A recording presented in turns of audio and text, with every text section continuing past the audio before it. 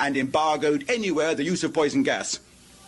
It's there, the actual document signed by Hitler, the references in the files of the German High Command, the verbatim references by him and the shorthand records of his meetings, the shorthand records of meetings in the German Air Ministry. The Führer has absolutely forbidden the use of poison gas. The enemy is to use it first, and then we will retaliate with ours. The reason being, the reason that makes this yardstick so extraordinary is that if Churchill had done what he was threatening and dropped the poison gas on German cities, the Germans would have won the war, because the Germans had not just poison gases like mustard, the Germans had nerve gases.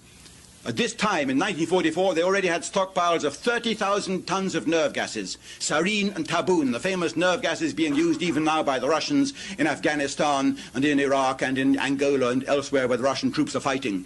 The nerve gases sarin and taboon, Hitler already had stockpiles of 30,000 tons, and nobody found out till the war was over, which is just as well, because if Hitler had ever used it in Normandy, fighting the Allied, the American, the French, the British troops in Normandy, the Canadians as well, it would have been the end of the bridgehead, because we didn't have a gas mask.